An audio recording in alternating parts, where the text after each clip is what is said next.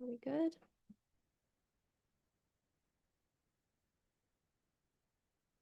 Oh, let's see here.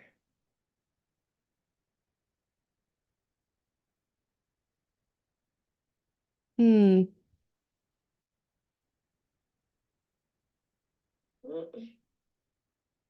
Oh, how is it now?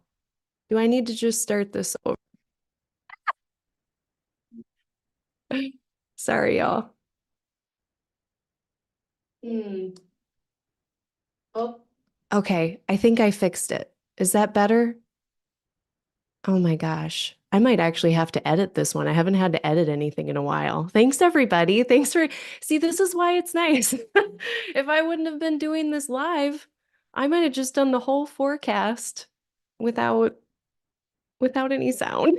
That would have been so sad. So thank you so much, everyone. Welcome. Yeah, I'll just edit out the first part later. I'm going to start over.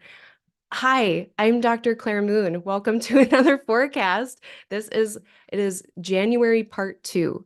And what I was rambling about before when I didn't have my volume up or my sound working, was that this is later than I would like to be for part 2. Usually I want to get it, before like the 14th or 15th of the month. So just so you know, this is later than I would like. But that being said, I did cover the last few days over in part 1 if you want to reflect and look over there. But we'll be reflecting today too before we jump into the future. Before we jump into everything, yeah, I was saying too, there's a chat on the right-hand side of your screen. You can say hello, put in your questions. People are already saying hi. Hi, everybody. It's good to see you all again. Um, and too, if anything, if you have little anecdotes you want to share too, I do like to check in and see how people are doing throughout as much as possible. It is Casual Tuesday here at Aligning Light Astrology in my office. I'm wearing my favorite sweatshirt. It says "Play the 80s." Get the ladies. All right. So it is a dog that's playing a really cool boombox. So that's for today. Um, Everything's still the same. I'm still taking readings. I'm not ever booked out that far. I think I'm only booked out a few weeks right now. So you can get in pretty quick. If it's super urgent, you can email me, aligninglightastro@gmail.com. I have a sliding scale. So if money is an issue, or if you are just someone who is affected by marginalization or the oppressive systems that be, send me an email. I have a sliding scale, and that's how you book that. It is all on my website in the FAQ at www.aligninglightastrology.com. Promotional time done. Let's bring the chart up for right now. And this too, I don't know, I know that I was a little time constrained this month and I just kind of put the forecast wherever. I usually like to elect these and pick nice skies to do this. These aren't, I was looking at this chart and I was like, why did I choose to do this? Why did I choose to do this right here? I don't love this. I get so frazzled when the moon is applying to a square with Mars because I'm a day baby and I don't handle Mars as well as the night babies. So that's that's probably adding to a little bit of my frazzledness today. Um, let's see. I have a bunch of reflection notes here. How did the first 2 weeks of the month go for everyone? They went okay for me. I had a bunch of stuff I did. Uh, Definitely Mercury. So I think maybe first point of reflection, and people can let me know like if this is what you're experiencing too. So Mercury was retrograde and they stationed direct around the end of December, January 1st. And actually, let me just go back to that. And, usually after Mercury stations direct, at that point in the Mercury retrograde story, whatever kind of things were, brushed up or coming into, being contemplated a lot, any kind of snafus or challenges that might have had to do with communication, exchanges, ideas, planning, any kind of Mercury stuff, travel, whatever those were, usually by the time that Mercury stations direct, they things start to resolve. We start to see some kind of resolution, at least in the distance, like, oh, you know what? This is how this is gonna get rectified or get cleaned up or whatever. This time did not feel so much like that to me. Like it just has felt like, kind of a continuation of like Mercury retrograde caffeine-free diet light with the Mercury post-retrograde period happening in Sagittarius, where Mercury really struggles to do its stuff sometimes, which is like travel, communication, etc. Um, so yeah, it hasn't, and I feel like Chris Brennan warned us of this a bit in his forecast, just that, because of the nature of the end of this retrograde, that things wouldn't resolve as quickly as they might otherwise. And I have been noticing that. So if you've been noticing that too, yeah, that's what I feel like is going on there. Um, but not to fret because, of course, very soon we'll be out of the post retrograde period on the 20th. So, and I'm kind of fumbling around with words because I'm trying to get out of the habit of calling it the post retrograde shadow. I don't like that word shadow. It has too many, it's too loaded now. And I feel like, I hear other astrologers have good points. Like Gary Caton talks about this all the time and he gets so riled up and it's kind of funny to me to listen to him talk about it because he's written a lot about Mercury and Mercury retrogrades. And I can see some of his points around not appreciating the term shadow just because, I think we do get too negative on Mercury retrograde period time. But anyway, I digress. How's everyone's post retrograde time happening? Because yeah, that's been mine. I've still just had a lot of reschedulings. That's been a really practical thing that's come up is like, I cannot tell you how many I've done a few. I rescheduled a dentist appointment because I don't have dental insurance yet. Still, whatever, maybe never, I don't know when. Um, and I've had a lot of clients reschedule. I've had friend kind of things fall through, little friend get-togethers fall through. So yeah, the post retrograde time is doing that. It's definitely doing that. Victoria is saying, yeah, it's been murky. So, oh, we got people. I got so many people here. Hi, everybody. Welcome. Um, what else? We just got done with this Capricorn new moon. For me, this was in my 12th house, and it was 100% about like having some new beginnings in terms of my spiritual health, my mental health, my emotional health. Like it was the very classic 12th house things of that nature, spiritual, mental, emotional stuff. I think I've talked about this before, but I suffer from seasonal affective disorder. The winter makes me sad. When the sun goes away, that's really hard on me. And I live in Wisconsin. So usually there's this kind of bell curve of symptoms that comes up at about November. Now is about the peak of it. And then by March, I'm starting to feel better again. But I'm going to maybe try out, well, I am, and I'm reluctant. So that I think that was kind of an interesting part for me about this Capricorn new moon is I really like it. Like overall, it's been, really, really, really kind of constructive. We've got this exalted Mars here. We've got the Lord of that new moon that happened on January 11th, seeing it by a sextile. Jupiter was involved as well. They could see this new moon by a trine. So it was, it seemed very constructive. And I think it is at the same time. I mean, I'm not like excited right now to try an antidepressant. I'm not like super gung ho to like start it, but I'm going to. So that's been my and kind of coming into acceptance that like, you know what? It's just not going to happen for me. I'm not going to be going for walks every day. I'm too far into the hole. Because last winter, I walked every day and like I revolved my whole lifestyle around my seasonal affective disorder. And it worked. Like I felt good. I felt great. It was awesome. Um, Now this year, I've had a bunch of other great stuff happen, but I haven't been going on my walks and I can tell. And so here we are. And so that was my new moon. So I don't know if anyone else had a really like significant like new moon in Capricorn, but that was mine. Hopefully yours was equally as constructive and not as like womp womp feeling. But yeah, I wanted to share that because that was just such a, people wonder about the 12th house. A lot of times it is spiritual stuff, mental health stuff, emotional health stuff. Other thing, I went on a silent retreat from the 12th to the 14th. So that was another 12th house thing. Got my fancy little, I can show this off. I can virtue signal now, be like, ooh, show off my spiritual cred with my little twine thing.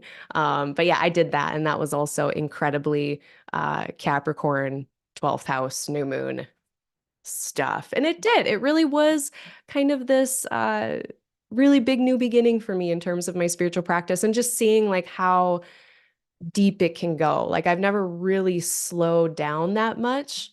I've never really like, and I know I'm talking about myself a lot, but it's my season. It's Capricorn season. And I put on the Regulus oil before this from Sphere and Sundry. So maybe that has something to do with it. And I'm wearing yellow. But yeah, it was, I slowed down a lot. I didn't know I could slow down that much. I didn't know I could meditate for that long. I didn't know that I could do a lot of the things that happened this last weekend. And it was really awesome. Like I've done a lot of, ethnobotanical, like psychedelic-y kind of stuff. And, the amount of insight you get from those types of peak experiences that are just kind of put in your lap. I just want to like validate for anyone who's thinking about doing a silent retreat and is nervous like I was to do something like that, because it is a lot of surrendering, a lot of your time, a lot of your self, basically. Um, it was a lot of insight. It was just as much insight as I've gotten from some of those other peak experiences. Now, it took longer and I had to try a lot harder and I had to be super disciplined and do Saturn stuff for days. But yeah, it worked. It totally worked. They're right. So, yeah, if anyone's on the fence about that, like totally do it. That'll be your 12th house learning time if you're wondering what the 12th house is about. Uh, and also thank you. I guess one last thing before I get into some more astrology stuff and some good comments here. Thank you to everyone for all your support this last year. I know I've been doing some gratitude here in my newsletter and stuff. I want to make sure people know how much I appreciate y'all. But I was able to get health insurance this year, at least a little bit, or not health insurance, but like health care. I got some health care this year, which was a goal I had last year. So thanks everyone. You were part of that. And I got to go on this retreat, which was a big kind of 12th house year, perfection year thing that I wanted to do. And I did it. So, and that's all because of the support that I get from people who watch this, people who book sessions with me, people who just support me, even just like opening that newsletter. I get to go and look at my little bar graph that says like people opened my newsletter. And I'm like, oh my God. And even that's a contribution. Even that helps. So thank you again. All right. Let me look at these great comments. Okay, we got some other Great Lakes people here. Yeah, the lack of sunlight, it gets really rough, and the Scandinavians, I am resentful of their advice. I resent them just saying, just do the higgly thing, just go outside and be outside. But you know what? It's unfortunately true. Um, oh, we got someone else who also has a chart like me, it sounds like. Yeah, seasonal affective disorder. Yeah, -40 up there. And it was only negative single digits here. And it makes it really, the resistance to go out into that is so strong. It's ridiculous. Um, thanks, Holly. I appreciate you. Thank you so much for saying that. Thank you. Thank you, everybody. Okay. What else? What other reflections? Oh,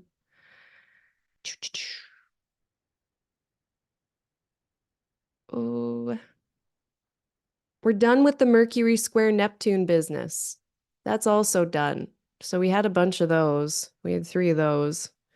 Mercury squared Neptune, and that, it's like, if we already weren't struggling enough with just the whole retrograde period, maybe it had also these.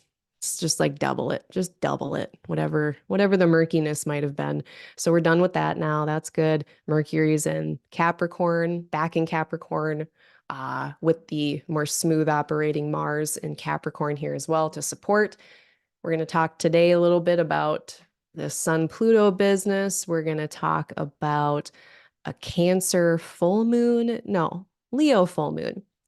We're going to talk about, yeah, those are some of the bigger things. There's a Mars-Uranus trine that's going to happen. Let's do some of the dates of interest. I'll just go through the whole month. So Mercury stationed direct on the 1st-ish. Mars entered Capricorn on the 4th of January. We had that Capricorn moon on the 11th. Mercury re-entered Capricorn on the 13th. Sun enters Aquarius on the 20th. So going forward, Pluto enters Aquarius on the 20th as well. So we're going to have the Pluto and Aquarius talk today, or at least my little view of it.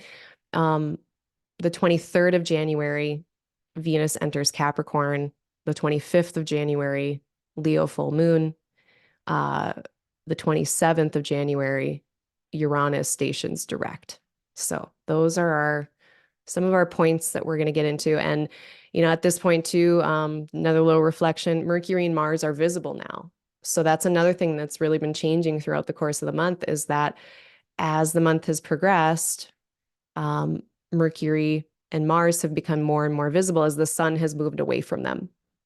So sun's been moving faster than Mars, of course, always is. For the most, yeah, I think, no, for the most part. For the most part also, well, usually Mercury's moving faster than the sun, but during a retrograde, they slowed down. So with that kind of separation, that changes Mercury and Mars's condition, and that also then in turn changes how they are able to operate their places. So for instance, Mars ruling over Scorpio and Aries, now you might notice with Mars being more visible, maybe some of the actions and fruits of these house topics, these areas of life are more visible. So for instance, this person, if they were a Gemini rising, maybe they'd be hanging out with friends more, maybe in their 11th house, Aries 11th house of friends and groups. Maybe now with Mars more visible, they're starting to hang out with their friends a little bit more. Mercury ruling over Gemini and Virgo, those areas of life, those house topics there within, likewise becoming more and more apparent, maybe forward progressing, visible. We know what's going on in those areas much more, versus when planets are too close to the sun, those types of things become less apparent, more hidden, maybe even less effective for a while, just temporarily. So that's been going on. What else? I think that those are kind of the big things. The 16th through the 19th, so transitioning now, let's segue into the details. The 16th through the 19th of this month feel important. Like this is when a lot of stuff is going to go down. Right now, there's a lot of cardinal energy. There's a lot of mutable energy. As the month progresses, like all of the kind of the changeability that we have right now with the mutability, the cardinality, all of that, right? As the month progresses, we're going to get more and more fixed energy. Planets are going to start moving into Aquarius. So with that, well, and we'll lose our Sagittarius Venus. So with that, I think as January progresses, things will get more and more fixed or more, well, they'll start to settle into our next holding pattern for a little while, for better or for worse. So, if things are kind of up in the air right now and we see them kind of settling into, it's not our favorite. Yeah, this is kind of, we're going into a bit of a fixed holding pattern for a while around that. If something's cooking, that's exciting, that might kind of settle into the next holding pattern. So it kind of depends on the context. And even that's an oversimplification.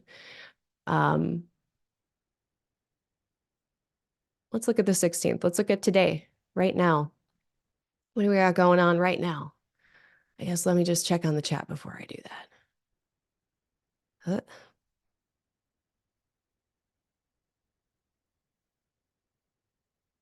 Okay, we've got worry about ponies. Hold on, time out. Diana, what's going on?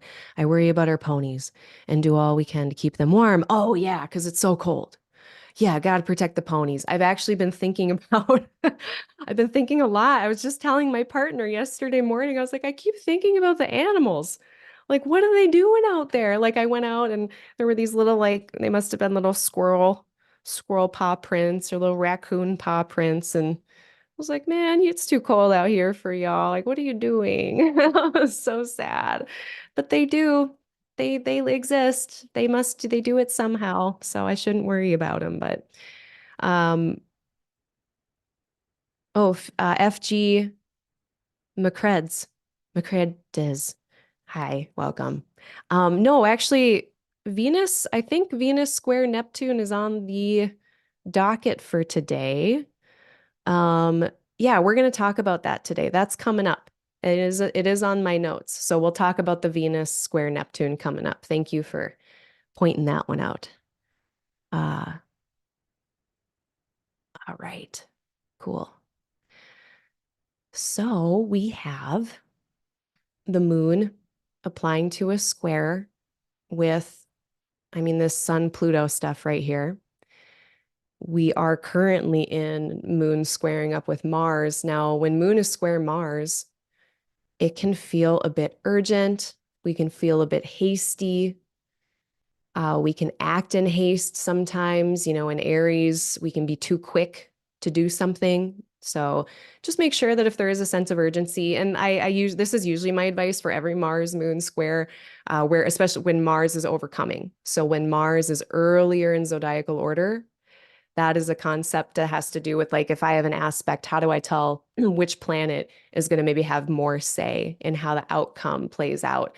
The planet earlier in zodiacal order, if they are in a sign-based aspect, so not parentheses, not counting a conjunction or an opposition, so only really squares, sextiles, trines, basically. Planet in earlier order has more say. So Mars has a little bit more say here. So we might really be feeling a sense of urgency. And there is a potential to potentially make mistakes in that. Depends on who you are and the circumstances, of course. But, sometimes a sense of urgency isn't real. And it's more just that there's a discomfort or a fear that is rousing us to act when we don't actually need to. And what we need to do is just sit with the discomfort or the fear. So, that's advice I've been given for a long time that holds here as well. Now, a different play on this is, especially with like Pluto being in the mix, it's so powerful. This whole Capricorn stellium right now is just so powerful.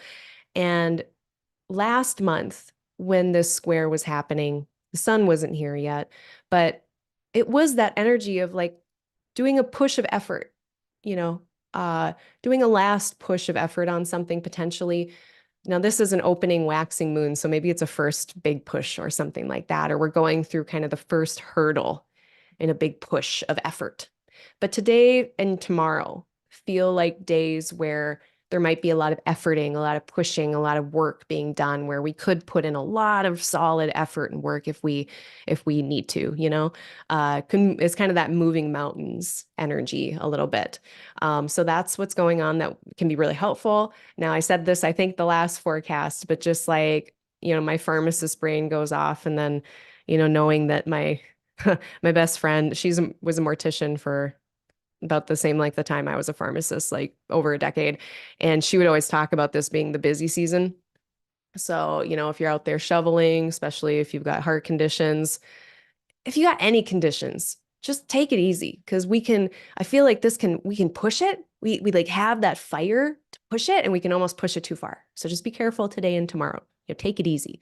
Let's see. What else? And Rahu, my threat assessment with Aries lately is a little higher than normal, just because for 18 months we have Rahu, the North Node, in here, and they add a bit of confusion, a bit of frenziedness that doesn't necessarily help. Now, looking at the sun, let's look at sun applying to Pluto. And this is going to be the case, January 16th through like the 19th. Let's just say January 16th through January 23rd. This Sun Pluto thing it's within that 3-degree range of engagement. So, P.S. for anyone new, I would do Hellenistic astrology. That's why I'm using all these lingity terms. I'd like to show my math for those of you who are new. This is why I talk like this.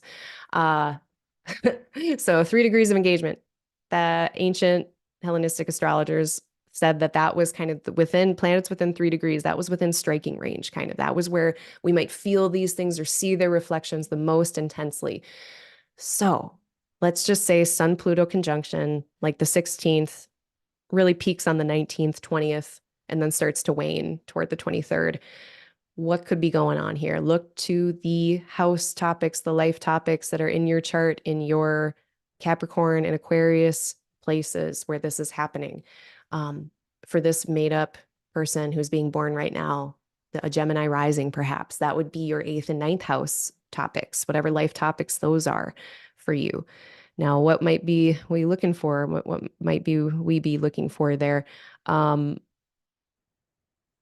Basically, okay, the classic power dynamic stuff, for better or for worse. I always say there's kind of average, normal power dynamics that we run into regularly between a teacher and student, perhaps, like there's a teacher or someone who's saying, I have more knowledge, I have special knowledge. And then, like there's trust that has to be then given to say, okay, I'll be open to learning from you. And that's even a little bit of a power dynamic that we need to be aware of it and be respectful of it and all that good stuff. But then, of course, there's also more challenging power dynamics where there are things that are out of our control, things that, especially in Capricorn, parts of these really oppressive systems that we're all a part of, or being harmed by or being harmed by. That's kind of some of this Pluto and Capricorn stuff really being loud. And, if that experience of like something in the system being out of your control that really holds you um, kind of hemmed in or holds you back in some way, that can be a Pluto thing. So that, this week, if you're noticing any of those things, now maybe it's not happening, there's nothing external happening and it's all kind of internal, maybe then it's some pattern that has to do with your own self or life that you're noticing during this time. Um, Outside of that, sometimes Sun with Pluto, we can just kind of get Pluto-y, all of us. We can kind of get, a little bit more hyper fixated on things sometimes, or, we can actually use this for hyper focus if you want to. It can be a good time to get a little obsessive about something if it's something you need to get obsessive about. Like starting a puzzle, like doing a puzzle, that would be a really good use of this energy. But yeah, anything where you have to like be powerful, step into power, that could be a constructive thing with this. But I usually find that during Sun Pluto things, my mind just is I'm noticing the strength of mind, for better or for worse. Let's just say that. Yeah. So if you're noticing themes, especially if they're around control, power dynamics, having, either tight grip on things, might just need to every once in a while, just like loosen the shoulders, take a breath. And sometimes it's pressurized situations. So if you're in a pressurized situation, if you feel like there's a lot of heavy weight on you this week, just do your best to take care of yourself. We probably have more time than we think. So I'll just throw that out there. Now, the kind of cool thing that I like that's happening around right now. What? We have a Mercury Saturn sextile. And this is pretty helpful for just kind of material world. And when I say material world, I need to specify that more too. I usually mean like just anything we're doing in our boring lives, like all of the achievement. I shouldn't say it's boring, but we're all kind of trying to achieve stuff and like pay our taxes and, put fuel in our vehicles if we need to do that. And yeah, that's kind of material world stuff. When I was dancing and I'd be like training for a competition or whatever, like material world stuff, this can be really great for that. Great for planning, thinking, communicating, trying to cognate about plans. And with Saturn and Pisces, it's just it gets more visionary, more artistic, more poetic in what we're dreaming up or putting our mind to. But then that ability to actually make those plans real, it's very possible when we have all of this in a nice sextile. So if you need to project manage yourself a little bit more than usual, I'm projecting. I've been doing that. I've been project managing myself more than usual. That's a nice, I think, element of having Mercury and Saturn here in a sextile, and just Saturn in sextile with all of these Capricorn planets. Now the 17th, that is going to perfect. So we'll get exactly 4 degrees Capricorn, Mercury, 4 degrees Saturn and Pisces. Still keeps being this way. It's been this way for a while. But Jupiter also has been blessing any of these configurations between these nocturnal earth and water signs. Jupiter's been really making this more constructive than it might be otherwise. So take advantage, look at the places in your chart that this that this is about. So, you know, again, just kind of using myself as an example. If I'm an Aquarius rising right now, I am an Aquarius rising. This is in my second house, my fourth house, and my 12th house. So I can tell you right now that what I'm doing is I've had, you know, at least a modicum of stability in my home life, which is great. And that kind of abundance of stability that I have in my fourth house in my private life is helping me to weather some storms in my money place. It's really helping me to discipline myself too. And it's helping with my mental health and my spiritual health and all that stuff. I'm able to kind of work with all of these elements in a way that is constructive. So hopefully that's the case for you too, you know. So again, like to use these forecasts the best, it is really good to be able to know your rising sign. You can always email me or put a comment below if you don't know what that is or how to find that. But once you know your rising sign, then you can know the life topics that are going to be pinged by these planets as they run through the zodiac signs. Um, okay. What about the 17th? What else about the 17th? Uh, not too much else. Yeah. Still kind of the same holding pattern. On the 18th, now we're going to get Moon in Taurus. This is nice. Always gonna love a moon in Taurus with Jupiter. That's great. They're getting all of this energy now from Capricorn. So the 18th looks like a very productive, constructive, nice day for the most part. I like it. I will say, okay, so Mercury 5 degrees now from Mars on the 18th. So we already said this week was kind of like the 16th through the 23rd or so. It was kind of a little pressurized, maybe a little heavier, might be a little crunchier. Um, the 18th, the 19th looks like we could have some productive progressive days that maybe don't feel as crunchy as the previous couple days. I'll just put it that way because trines are helpful. Uh,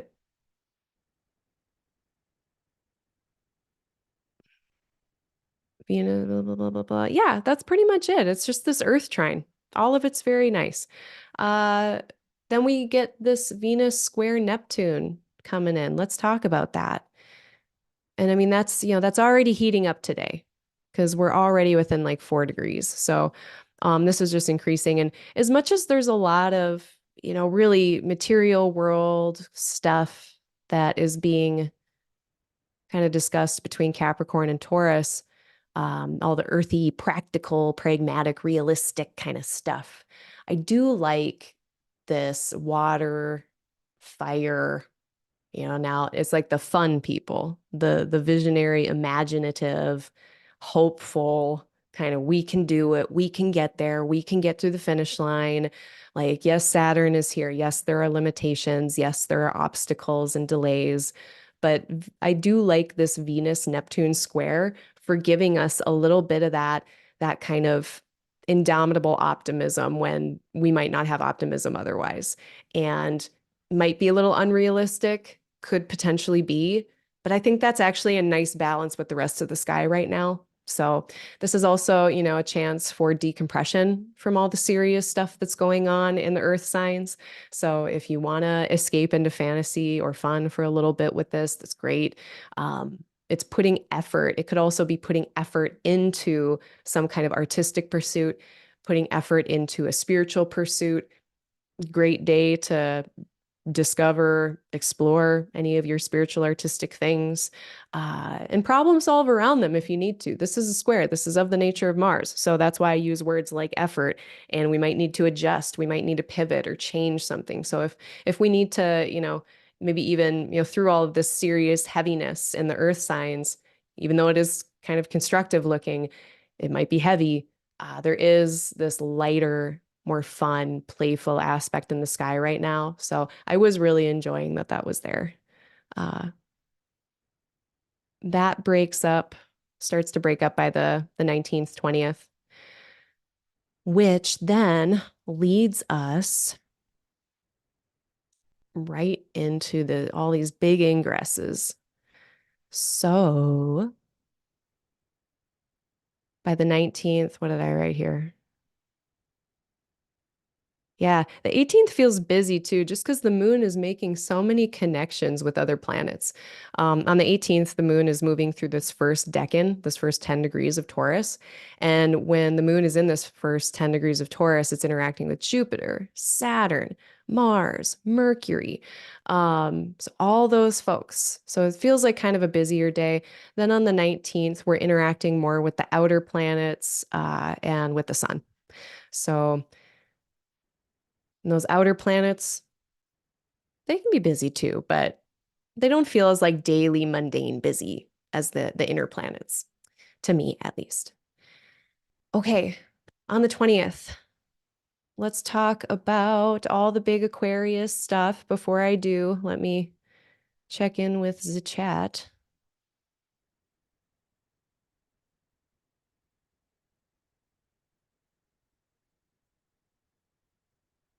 Well, hello everyone. Hi, hello Katie. Hello Anna. Nice to see you again. Um, ooh, Yeah, we should talk about that anaretic degree thingy too. I always like to touch on that with my little, Hellenistic theory I got from my teachers, just in case people don't know it. Um, so we'll touch on that for a second too. Thank you for bringing that up. That's a good point because we're actually getting a lot of planets at the end of signs coming up here.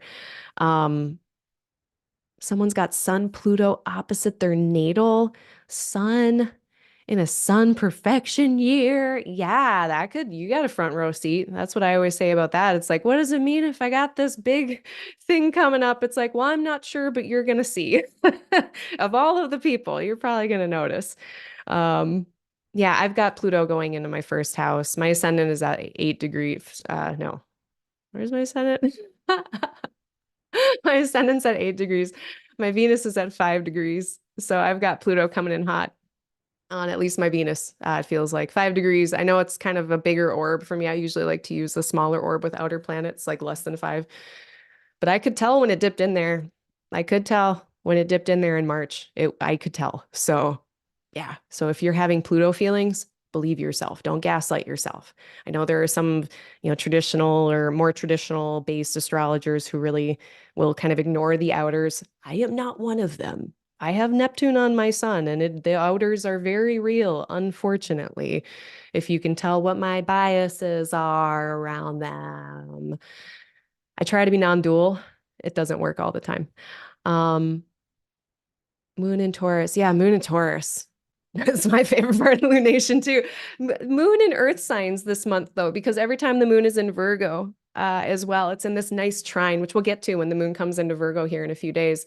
It comes into a nice trine with all that Earth stuff, and it makes for, again, more productive, progressive kind of energy. Um, Holly, I'm so happy to hear that this is validating for you. That's always good to hear, and that's also nice for me to hear because that means that hopefully I'm hitting on some stuff.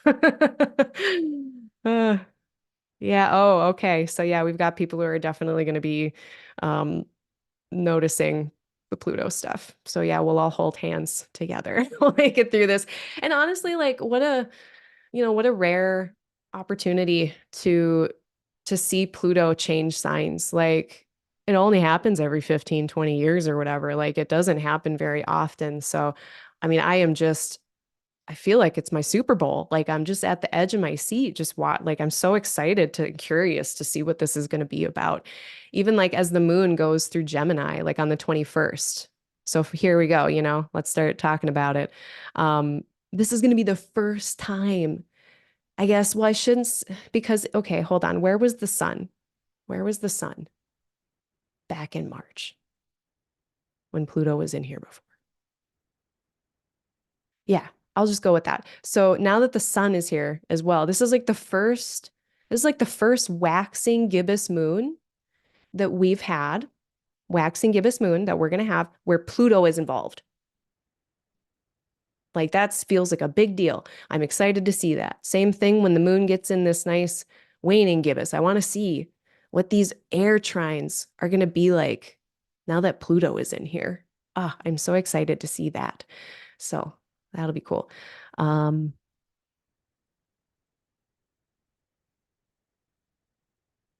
Mm. Yeah, Victoria brings up a good point. I was just thinking about this and I threading about this. Like the people who have Libra Pluto, like Pluto and Libra in their birth chart, they're going to be going into their natal Pluto trine. People who have Pluto in Scorpio, you're going to be entering now into your Pluto square. So, trines of bullshit, I usually prefer over squares of bullshit. So, the Libra Pluto people, like hats off, congratulations, you did it. You did your square. Now it's our turn. Now it's the Scorpio Pluto's people's turn to do our Pluto square. Yeah, here we go.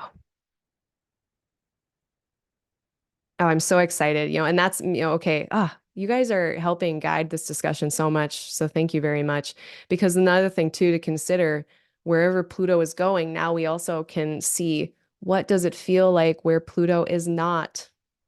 Oh, I am so excited for the Capricorn houses. If you have Capricorn in your seventh, if you've been a Cancer rising, um, as maybe my ex can attest to, who is a Cancer rising, it's been a rough time, huh? Like, it's been a bit of a rough time. And just like very intense or pressurized relationship situations that now are hopefully going to lighten for you all. If you were Capricorn rising, hopefully you now will get a bit more lightness and freedom away from, what can be very oppressive with Pluto. So, yeah, yeah. And I want to say, that's just one shade of Pluto. Pluto can also be a great catalyst, a great just power. So for better or for worse, but we know how power is so hard to hold. So I think that's part of what this is like in the Aquarius place, how do we learn to hold whatever Pluto is going to be having us experience there without it kind of reverberating into something that is not helpful. And we're going to have plenty of time to figure that out. We're going to have 20 years. So in Aquarius, there's so much material online at this point about Pluto and Aquarius. So I'm not going to do like a whole talk about it, but I will say one thing that I've noticed myself, just in my existence as an Aquarius and an Aquarius Venus, um, and watching just Aquarius stuff, just watching Saturn too. And I'm going to say, I was thinking a lot of these things and I felt really validated when I heard not Adam Summer, sorry, Adam Ellenboss, just too many Adams, Adam Ellenboss of Nightlight Astrology, who I really appreciate. He learned Hellenistic from Chris Brennan, I believe. I also learned Hellenistic from Chris Brennan.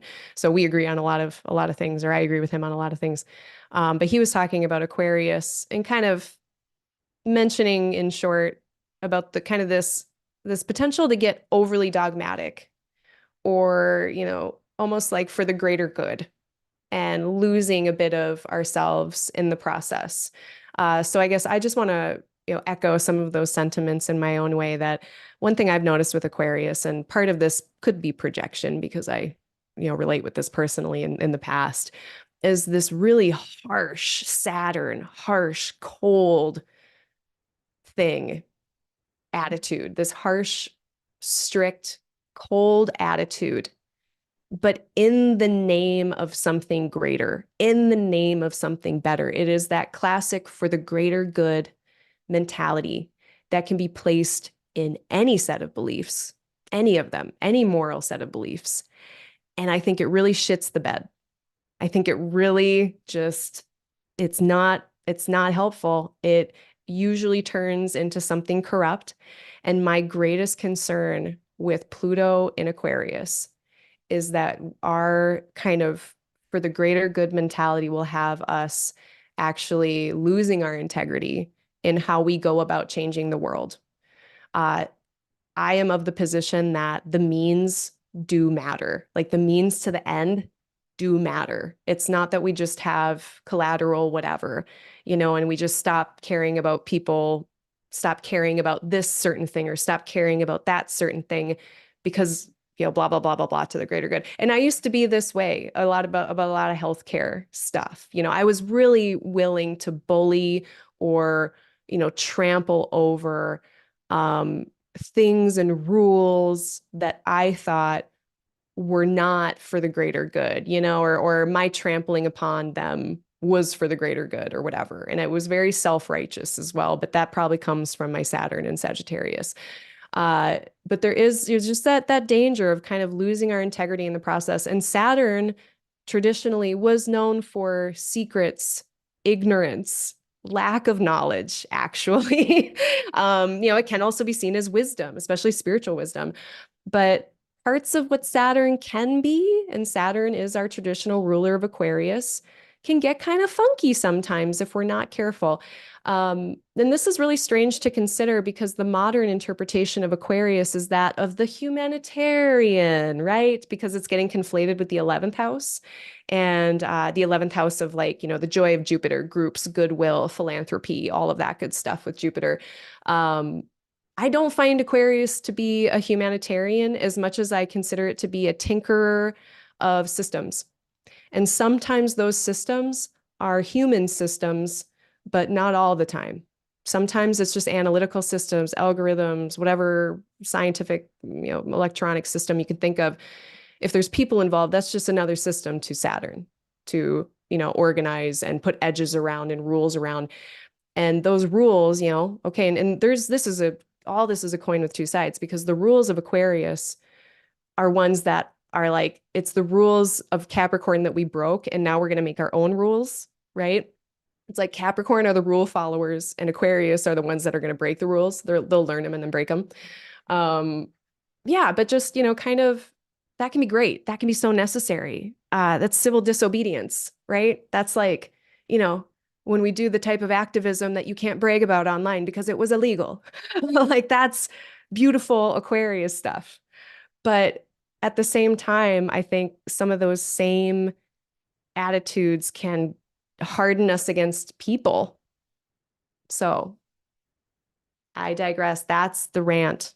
That is my soapbox that I wanted to get on about this Pluto and Aquarius business, because then Pluto just ramps it up. It dials it up. It puts power into the mix, and that is inevitably going to complicate stuff. Now, this is also separate from that, not just the complexity of how we hold power. And with the sun here, how, for the next month, we might be saying, how do I either take back my power? How do I hold my power? How do I feel empowered? How do I feel disempowered in what I want to do, where my solar will wants to take me? That might be a question over the next month.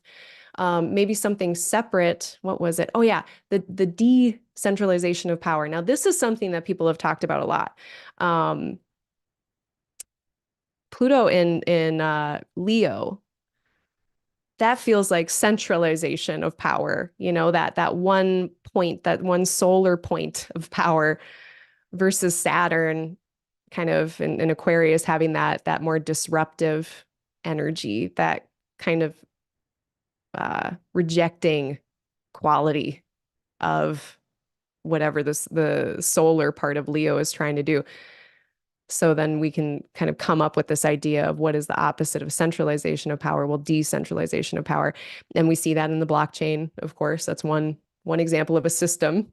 And it's like, I love blockchain as an example of a system that is air, an Aquarius system. It's not a system like of bricks and mortar that I can hit with a a shovel or something or a hatchet. I can't break down like this air structure with a shovel like I can the Capricorn ones. I can go to like any institution, not saying I would, but like theoretically, like it reminds me of like the hatchetization movement of women in the turn of the century, end of 1800s into the 1900s, I think it was, when there was the temperance movement. There was a lot of alcoholism in homes, and the wives were understandably upset.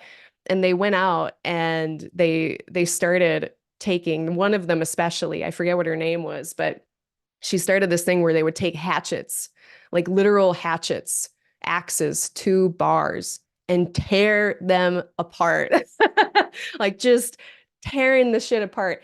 That's like what you can do when Pluto is in Capricorn, for instance, or like an Earth situation. We can't do that with blockchain. I would have to like learn code or how to do computery stuff or something. That's not as accessible in like an earthen way. I gotta like think about stuff to like navigate these systems and everything. So yeah, think about, that maybe that's another good last point just with this big change from this Earth Pluto into this air Pluto is like the power and control that exists based on like ideas, ideologies, thought, things like that. And that can be in ourselves. That can be like that classical, like our own mind as a prison type of thing, our own mind having power over us in ways we don't appreciate. It can be externally, external systems, ideas, ideologies, all of that. But I think a thing to note too is this is fixed. It's hard to change. It's not that Aquarius it's not open to change. It's very open to change. But, and this has been said, I'll just cite, I've heard this on the Astrology podcast, when they're talking about Aquarius, that I think this was the Aquarius episode that they did, talking about how like, it's not about change or no change. It's about the process of it, of doing it. That can be so laborious and long and difficult in a fixed sign. Take all that how you want to. So that's happening on the 20th. Now Pluto's going to be in here for 9 months. September, it's going to go back. It's going to go back into Capricorn. So we're not quite done with this. There is going to be one last kind of hit of this Pluto in Capricorn business, and that is going to be, how does this work? It didn't work the way I wanted it to. I just want to see exactly what it's going to be.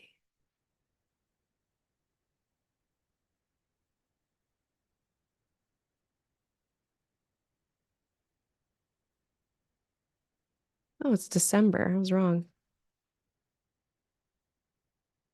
Clearly, I haven't memorized. Nope, I was right. It was September. Sorry, y'all. We're just doing this the least efficient way right now. Yeah, because it's going to be in here for like a month in September. September, October. Uh, yeah, we'll just call it that because we'll be back. But Pluto's going to be in Aquarius for 9 months. This winter, fall, it's going to dip back into Capricorn. And then by like end of December, yeah, it'll be back in Aquarius, end of this year. So we're not quite done with the Capricorn stuff, but we'll now get, so if you can think back to March and June of 2023, because that's when we had our very first little dip of Capricorn into Aquarius. Not everyone would have noticed everything. I think it really depends on how early of stuff you have in signs, or late, I guess, anything over here. But if you noticed something March through June, think about that, reflect on that, look at your journal if you don't remember, or look at your calendar, look at your schedule or whatever, any way you track history, look back at that and see what was going on.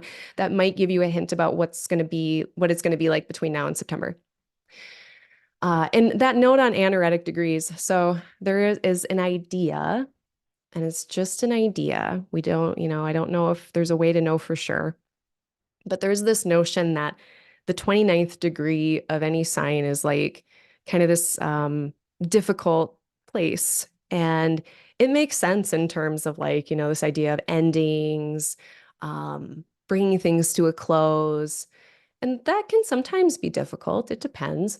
But what's interesting is if we look at the bounds, this most outer circle that I have here, there's 5 distinct chunks of each sign that get separated. And just for clarity, we don't really know at this point exactly how they determined like how big each of these bounds are because they're so irregular in shape and size. Another name for these are the terms. The terms are bounds. There's an Egyptian one and a Chaldean one. I use the Egyptian bounds. The last one of every single sign is a planet that is Saturn or Mars. It's a malefic planet, and malefic, we can remember, can a lot of times just mean instability. or extremeness. So the last few degrees of every single sign, at least part of that experience is going to be for the planets that are in those last degrees, a little bit more intense, a little bit more extreme. Demetra George explains this, the bound ruler. It's like, the domicile lord is like the principal of the high school, but the bound ruler is like your homeroom teacher. So like if your homeroom teacher is kind of like martial and intense and like, go, go, go, do the stuff, here's more stuff. That could be kind of extreme and intense, right? If your homeroom teacher is Saturn, they're going to be really strict and kind of hard on you.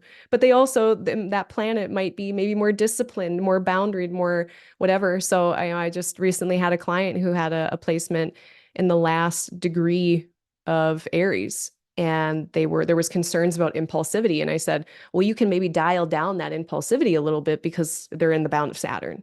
So Saturn's going to, and it might be frustrating. There might be frustration there when you mix Mars and Saturn stuff, but it's going to flavor everything. So there's an idea that the anaretic degree is partially or could be potentially because of this. Now, yeah, I'm not going to get into anything more about cusps right now, but that's just throwing that out there as a theory of possibly how and why that is, the anaretic degree is even a thing. Yeah, there is something to that. So then Pluto's been in this anaretic area, I guess, for like at least a year. It's been in 26, 27, 28 degrees this whole time. So yeah. That's just making it all the more intense, right? And so now the sun is going to be here too. The sun is already in Saturn's bound. The sun is in these more harsh bounds right now of Capricorn. So yeah, this week is kind of like that. Once Sun and Pluto get into Aquarius, I guess being we're here talking about bounds and stuff, we're going to be in the bound of Mercury. We're going to be in the decan of Venus. If we're going by the descending order decans. Uh, this is a little lighter. It's a little less intense and extreme. So I'm looking forward to that little itty bitty shift. Okay, let me see what people are saying in the chat.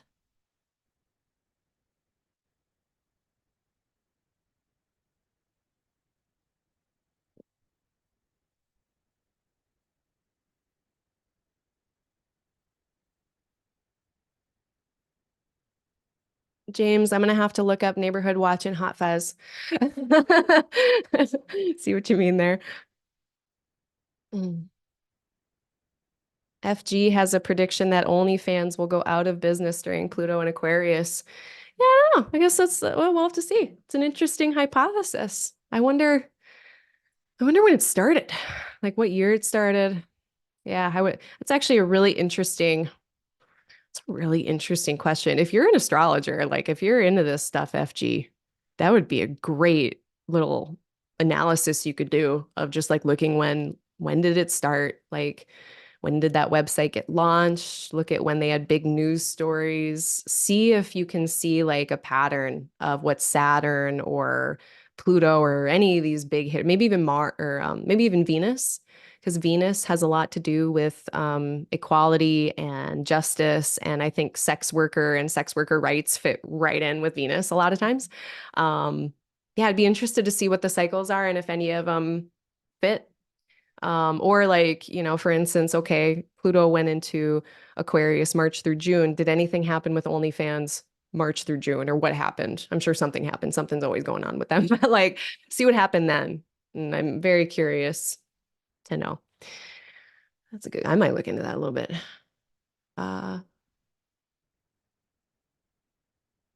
Yeah, Jade Roscoe says Aquarius is the I'm not going to stay in any one lane mindset. I mean, yeah, I think generally speaking, yeah, because they're open to different lanes. I do think once they get into a lane, they've like thought about it for 10 years. They can write a thesis about it and they could change their mind, but good luck trying to change their mind, like that fixed air kind of thing. I see it's like and Austin Coppock gives one of the best examples of this Aquarius fixed air thing.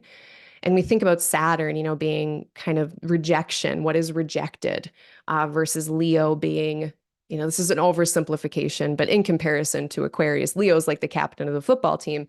Austin Coppock talks about Aquarius being like the goth kid. It's like, well, they're going to be the goth kid every day. They've committed to this. They're not showing up, like a different person every day. They're not Gemini, being flexible and adaptable and, that kind of mutable changeability. But also the revolutionary. If you're going to overthrow a government, you better be so stubborn. You better not just change your mind if you need to do a whole revolution. You better be so steadfast in your ideas and again, not meaning that you're not open to change, but it's almost and this is where that Venn diagram of Uranus and Aquarius makes so much sense to me in that it is paradoxical. It is such a paradoxical place. um, so yeah, it's really interesting, but yeah, the lanes. Let's see. Hello, Timothy Reynolds. Hoot hoot. I don't know if anyone saw this. Total digression. Go on my Instagram. Actually, did I put it on my? Now I'm not sure. Maybe it's on Threads. I got a really good picture of an owl outside of my window, which is cool because I think I'd been talking about owls right before that, like the week before. And yeah, I saw an owl and I watched it for a few minutes and took a picture of it through my binoculars, all shitty like, it's good. I put it online. Welcome. Reverend Kai says Carrie Nation was the prohibitionist. Oh, okay. Yes. That's so cool that, oh my gosh, this is so perfect. I love it. Yeah, I saw this on like some Nova or PBS special or something about prohibition. But Carrie Nation is the name of the hatchetization lady who was like tearing shit down. Yeah. She's a local legend where Reverend Kai is from, just so everyone knows. That's cool.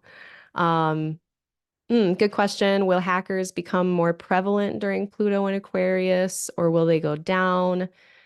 Well, so now I'm wondering, this question more feels to me like Neptune, Saturn in Pisces, because Neptune in Pisces, I know it's been there for a long time, but that Instagram scammer thing was wild for a while. I wasted probably 2 to 3 days of entire work that I could have been doing with astrology on managing Instagram scammers. And they actually got somebody. Like there was someone who I was from my personal life, unfortunately, who got by one of these scammers and had, but fortunately, the scammer was an idiot and they did it really stupid. So the person didn't lose any money. They had sent me money. I was like, why did you send me money? And I gave back to them. It was a whole thing. Now that Saturn is back, or oh yeah, they're back, after 30 years of being away, but Saturn going into Pisces seems to be a little lessening of that. It's like more, I don't know, boundaries. Saturn is no, Saturn is less. Saturn is what is real, not what is fake. So Saturn is the enforcement of the law. So I do think that for me, that's what I'm looking at, thinking about those scammers. But I mean, I would assume like, okay, I mean, Pluto and Aquarius, all of the tech stuff, listen to Adam Summer and Chris Brennan talk about the Pluto and Aquarius if you want to learn about like all the tech stuff with that. But I would be interested to think about what happens with hacking and hackers during that time, because Aquarius is kind of part of their realm, I feel like. That's a good question. I don't know. Oh, thank you for these deets, Diana. Yeah, I'll do these deets for the Virgo people out there. I was Pisceing it up and I was like, I'll get to those dates when we get to August. But for those of you who are wondering, Pluto will dip back into Capricorn at the anaretic degree on September 2nd, 2024 till November 19th. Thank you, Diana. I appreciate that. Takes a village.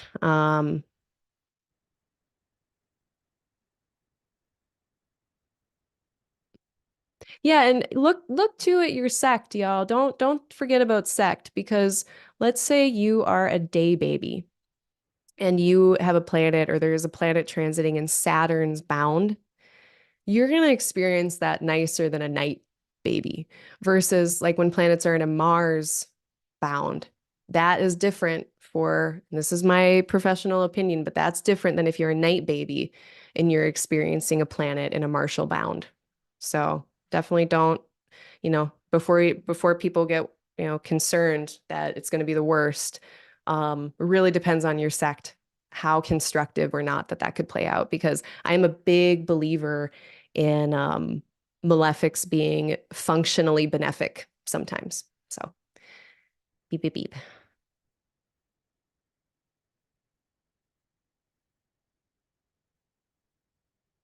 Yeah, Reverend Kai, I like how you're talking about this here. Mathematically, cusps, this is what Reverend Kai says. Mathematically, cusps are the point where the function sort of breaks down and the derivative becomes discontinuous. That sounds like math words that I don't know, but I kind of picking up what you're putting down. Well, yeah, and this just reflects to me like the very visual experience of looking at the sky. Like if you ask me, like, where does Capricorn end and Aquarius begin? I couldn't tell you. I'd just kind of be pointing like somewhere around there. And okay, I wasn't going to get into it, but I'm going to say it. This was the thing I said I wasn't going to get into. But there are some ancient authors, and I don't know which ones. I don't remember, but I know that I heard a teacher say once that there was some argument in those last few degrees, those last like 3 to 5 degrees or whatever they chose of signs, where a planet at the end of a sign would start to take on the characteristics of the next sign. So the whole thing that the modern astrologer folks are always talking about, like planets on cusps. And for the most part, I'm like, it's either in or it's out. I have to cut it off somewhere at the same exact time. Like again, when I look up at the sky, I can't tell the difference. So of course it makes sense to me that, yeah, maybe, a planet at the end of one sign is starting to take on the attributes of the next sign potentially, or start to get in touch with them. Another way I like to think of this is like, all right, for instance, Mercury just got into Capricorn. Let's say Mercury was at like, and they've been here for days, they've been here for 2 days. So if you're out there and you've got like a planet at like 2 or 3 degrees, look at how fast that planet moves. If they've been in there for days, I don't care if they're at 1 degree. They've been in there for days. But let's say like that planet had just gotten in there, like they're at, I don't know, 0 degrees or something. This reminds me of like, imagine when you are outside and it's -5 degrees out and you come inside, you are still cold. You are still cold because you were just in 5 degree temperatures. You're probably taking off your parka and your mittens and your hat and you're doing all this stuff and kind of getting acclimated to the next place. And there is this thing about like a new start and some kind of beginning here of being in a new environment and needing to kind of figure that out. And then likewise, it makes sense that after that planet has gone through the whole sign and by the time they get to the end, that they've experienced a lot more of that sign in the terrain and they might have some kind of special understanding. I'm not sure. But yeah, yeah. I think some of that extremeness, intensity at the end comes from those bound rulers being extreme, intense planets. Phew, I don't even remember where we were. That was a great discussion. Thank you, everyone. Great contributions. Holy cow. Ah, yes, Pluto is the destroyer. I think Pluto, sometimes what I see them doing for me, and for other people, I guess, is how do I say this? Uh, it's like when you need to change something, but you haven't yet. Like, and you know that you need to go down a path, but you haven't yet. And I think sometimes Pluto kind of starts to insert themselves and change things around so that you do change that thing or go on that path. And it's like if we don't do it ourselves, by the time Pluto comes around to those topics, sometimes if they do it all, that's a dice roll. Yeah, they're gonna sometimes destroy things and create things in their place, but it's usually kind of heavy or intense because that's Pluto. Okay, the sun moves in here on the 20th. Some more exact kind of Virgo-y timestamps here. So on the 20th of January, the sun ingresses into Aquarius at 8:10 in the morning Central Time. Pluto ingresses after that in the evening at 6:56 p.m. Central Time. I do think that it's interesting that at this point, they're both going to be out of view of the malefics. So once Pluto gets in here, at least for the time being, for the next few weeks, uh, both Mars and Saturn cannot see Pluto. So that'll be interesting. They're at least that I feel like that dials down a little bit of intensity that might be there otherwise. So that's another thing that kind of makes me feel a little bit softer about this Pluto ingress. I'm not like, it's fine. It is what it is. Uh, let's see, Moon is separating from. Oh yeah, then on the 20th too, the Moon is separating from and overcoming square from Saturn. So I guess just to review the Moon, because they're going to be our most, lived experience, I think. Today and tomorrow, Aries Moon, maybe intense, maybe pressurized, maybe a sense of urgency, could just be frustrating or, you know, fast. That's Aries. Then we've got the 17th and 18th, Taurus Moon, a little softer, a little bit less extreme. And then on the 20th, we have Gemini Moon, which gets an overcoming square from Saturn, which can feel a little slow, a little delay in the day. If this is at the beginning of your day, like let's say if you were on the West Coast or in like Hawaii or something, this would be at the beginning of your day. If you're in the Midwest, the moon is still applying to the square the square with Saturn in the middle of the day. This is not when I'm going to go ask my boss for a raise. This is not when I'm going to go ask anyone for anything. Saturn is no. So, I don't know. I'm just going to probably keep to myself on the 20th if I want to ask for stuff. But it is a good time to, put effort into fact finding if you need to fact find. 21st feels a little bit lighter, especially with Moon past that overcoming square with Saturn. And then we get to start applying to Venus. So 20th, well, that's just okay. 21st feels a little better. A little bit more get up and go, I think, too, with that moon opposite that Venus Sagittarius. It's a little bit more encouraging and fun and enlivening.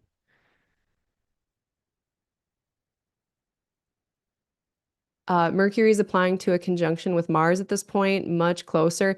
This is so just a powerhouse for investigation, science, analysis, doing cognitive labor, doing physical labor.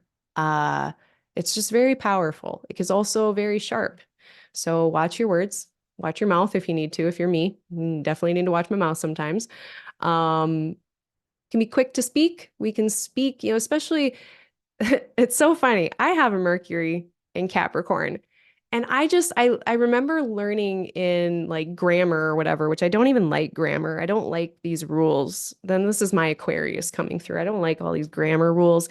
I found out like prepositions, like you don't end a sentence in a preposition just because like some dude preferred that once. Like, I know what the sentence is for. Who got that? I know what it's for. I can end a sentence in a preposition. So all that being said,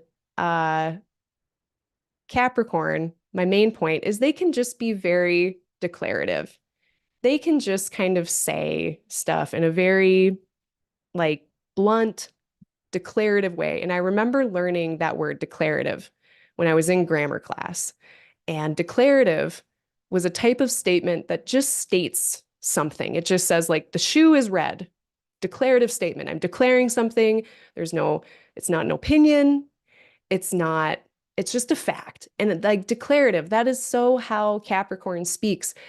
So when we get Mercury and Mars in Capricorn, I think sometimes like this is that classic, like I just said something and people took it as me being harsh or mad at them or, my resting bitch face is coming out or, whatever it is. But really it's like, I was just saying like the curtains are blue. Like I'm just making a declarative statement. I didn't mean anything by it.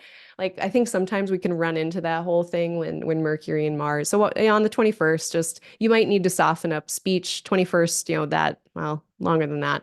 So let's just look at 21st through maybe like the end of the month.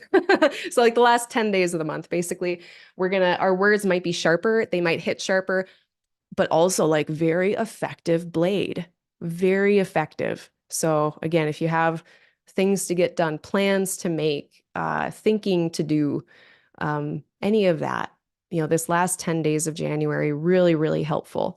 Once Venus gets in here January 20, is that January 23rd? That softens things up. But she's not as close. So I'm still extending this kind of, if you're talking to a soft little old lady or something, you might need to be softer depending on who it is. And that starts like the 21st at least, but the 23rd, I think that helps a lot because Venus is now in there. She's going to soften some of those maybe rougher edges that Capricorn can have sometimes. No offense to Capricorns. I am one. So I might be projecting, my own Capricorn-y rough edges. Maybe other Capricorns, maybe you're a Capricorn person and you have Venus in there. Maybe you're more of a smoother operator than I am. But yeah, Mercury, Mars can be sharp. It can be. Yeah, so that's the 23rd that Venus enters Capricorn. Moon in Cancer. So what we have had is this cool mutual reception between Venus and Jupiter. And that's been the case since what, December 8th?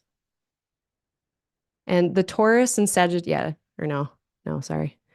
I don't know anything. December like 30th, end of December. So pretty much for most of January, we've had this mutual reception. And this mutual reception has really been helping us to put together these Sagittarius and Taurus house topics in a more productive way. The abundance that we've had in Taurus in those areas of life that are described by the house topics that Taurus is in. They've been finally able to connect with the Sagittarius part of our chart a little bit better. That's been cool. Now we're going to lose that, but we are going to get not like a domicile-based mutual reception where a planet is in another planet's sign and that planet's in their sign and they're in each other's signs. This is kind of a mixed version. We've got Saturn in a place where Venus is exalted. And I don't know. Some astrologers aren't going to count this. I don't usually count a lot of more exotic combinations of mutual reception. But if you do, this could be one. So we've got Saturn seeing Venus in Saturn's sign. Saturn's like, hey, you're in my house. Cool. And then Venus is seeing Saturn in Venus's exalted place. Venus is like, hey, that's where I go when I'm like the guest of honor. That's my like guest house, where I go on vacation. That's cool. So they're kind of having this special relationship, I think, that's very productive. It's in a nice sextile. So yeah, I really like Venus coming into Capricorn on the 23rd of January. And for all of the kind of constructive, productive things we've been having in these nocturnal signs, now it's more. It's even more. So we again look to those house topics that are in Taurus, Pisces, Capricorn, and see how you can squish them together in ways that make your life better. So again, for me, that would be like my mental health, my money, and my home. How can I make those work together really nice? January is a good time to do that. You might have the wind at your back a little bit.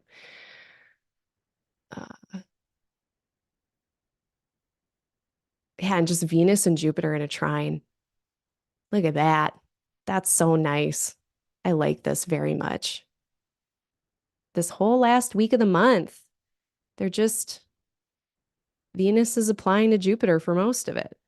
They perfect, looks like on the 28th of January, we get an exact Venus-Jupiter trine across Earth. So again, very material world. And again, material world, it doesn't just mean, showing up at your job and making money and paying your bills. And it also means, dealing with the mundane things of the material world. I have to feed myself. I want to achieve stuff, before I die. That's very material world, I know we don't think of like achievement as like a mundane Earth thing, but I think it is. So yeah, good day for that. They're a good week for that, especially if you want to achieve things in Capricorn and Taurus.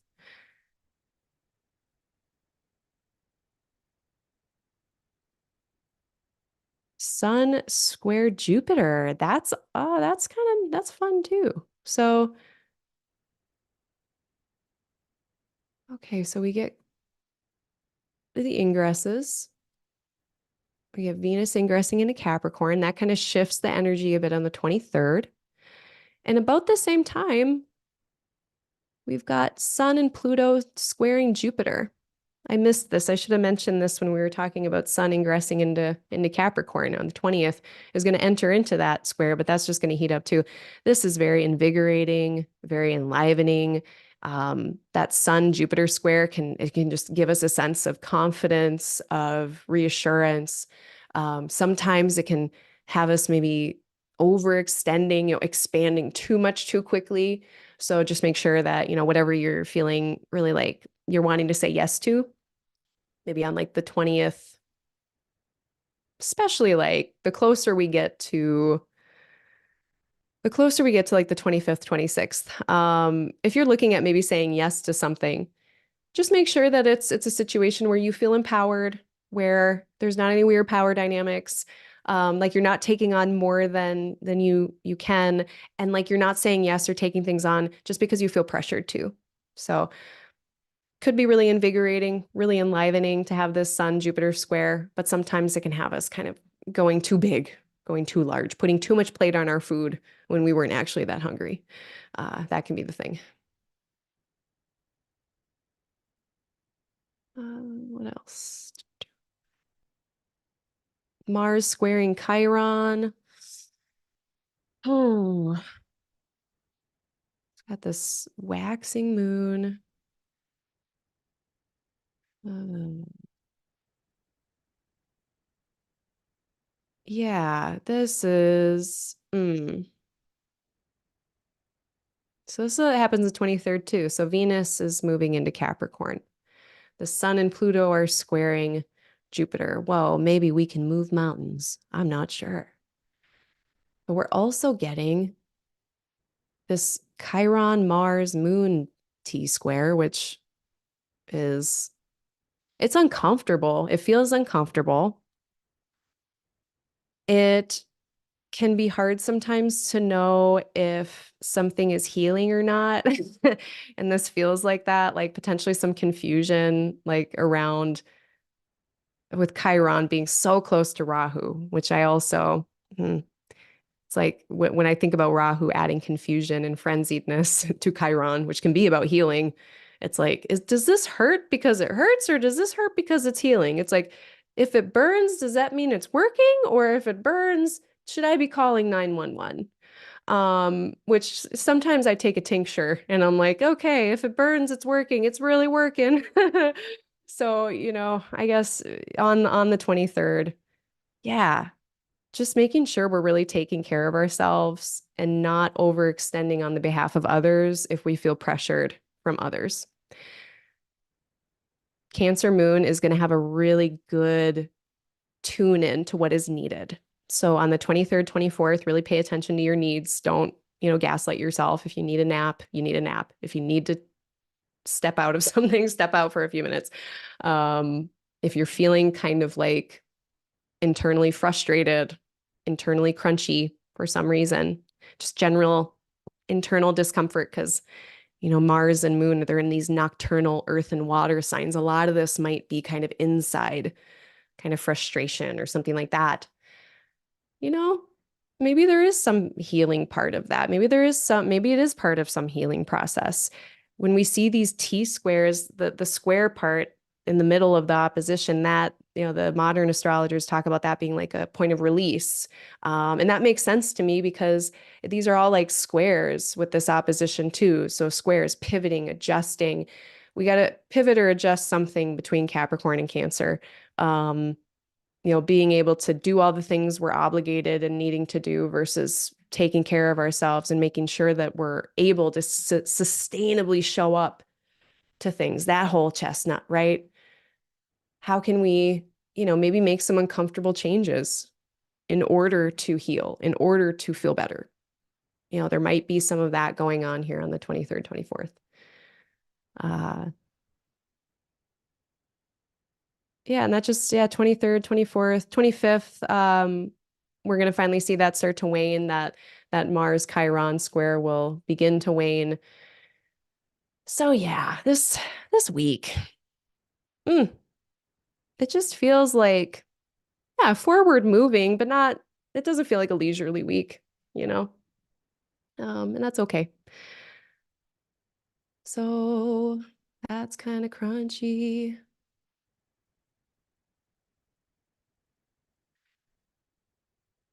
Yeah, the 23rd or the 24th feels better than the 23rd. If we look at the 24th, or sorry, the 23rd,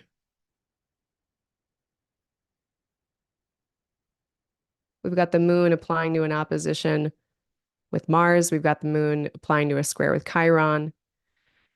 On the 24th, we're past that.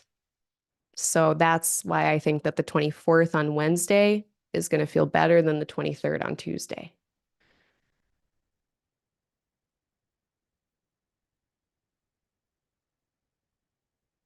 Let's talk about the Leo full moon. But before we do, I'm going to check in with this chat.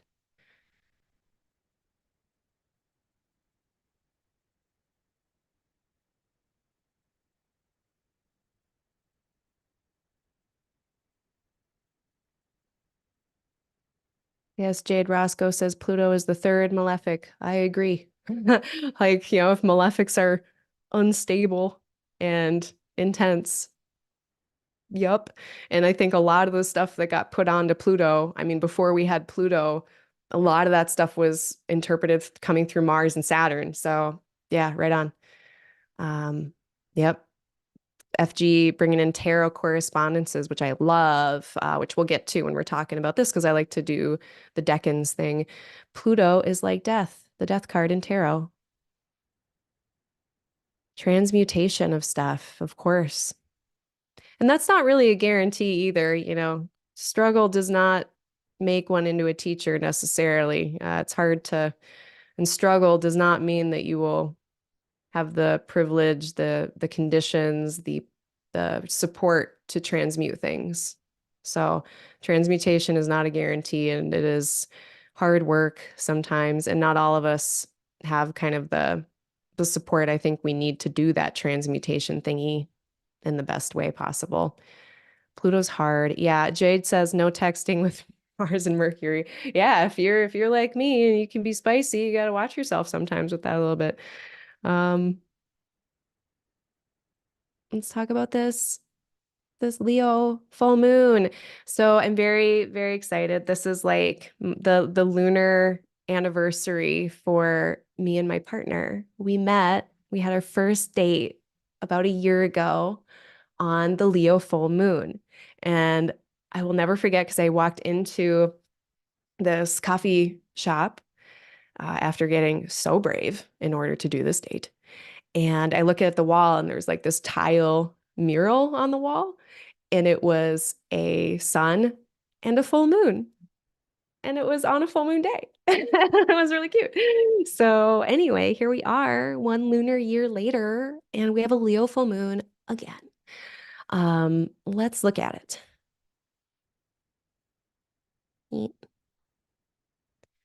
It's also well, should I? Yeah, this is again, I guess our first full moon with Pluto here, right? So this is just so exciting to me. All these configurations now, we get to experience them anew with the Pluto layer on top. We've got Jupiter and Saturn coming in. I mean, the Capricorn planets can't totally see into here, but I'm even going to throw in Venus a little bit because the other planets can see Venus, and so maybe she has something to say about this lunation in kind of a roundabout, indirect way. But overall, again, like just all of these elements, there is a potential here. Anytime there's a trine or a sextile, there is a potential for growth, expansion, opportunity, collaboration, bringing things together in a way that turns into something in the same way that we have more of an opportunity to make a loaf of bread if we put flour and salt and water and yeast together. This is an opportunity to do stuff like that. So when I talk about like progressiveness or progress or constructivity or getting shit done or all that stuff, I know some people can get a little kind of turned off by that kind of language, which I can understand because rest is revolutionary, and I totally agree.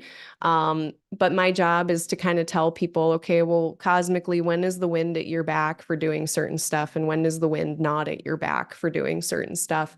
I'm not making a moral kind of statement about progress versus rest, or even a personal preference of progress versus rest. I digress. I come back to the full moon in Leo. It looks like we can make a loaf of bread. It looks good. I like it. Um, but too, again, that Jupiter squaring the luminaries and Jupiter with Pluto there now too, that that invigorating optimism and that potential feeling of strength, just make sure it's going to be sustainable in the long run with all of these Capricorn planets. And we just got out of this Capricorn new moon. So I think a lot of the stuff that we're starting here, we want it to be sustainable for the long run. I don't think we want it to be like this, thing that we end up building and it kind of almost can grow too fast sometimes and then tips over. So you don't say yes to too many things when this moon is very, very bright. Uh, Now, the sun is technically in charge of this full moon because the sun rules Leo. The sun can see the moon, so that's good. But the sun isn't really that well resourced in Aquarius. So it's not like we're, as much as like the moon is wanting to express itself and do a bunch of, be active, fire. I'm compelled to act. I'm compelled to do this thing based on what I am feeling. That can be kind of hard if the sun is maybe doubting or, like that's the great thing about Aquarius is that it is a function of doubt that can help us investigate and learn more so that we can, expand our understanding. But it's not like the most confident, thing. Now, again, Jupiter helps with that a lot. I'm almost like worried about some of that confidence. But there is a bit of an opposition here between some of these Saturn and solar types of principles of, being fun and playful and bright and shining and being more objective or rational or observing or waiting.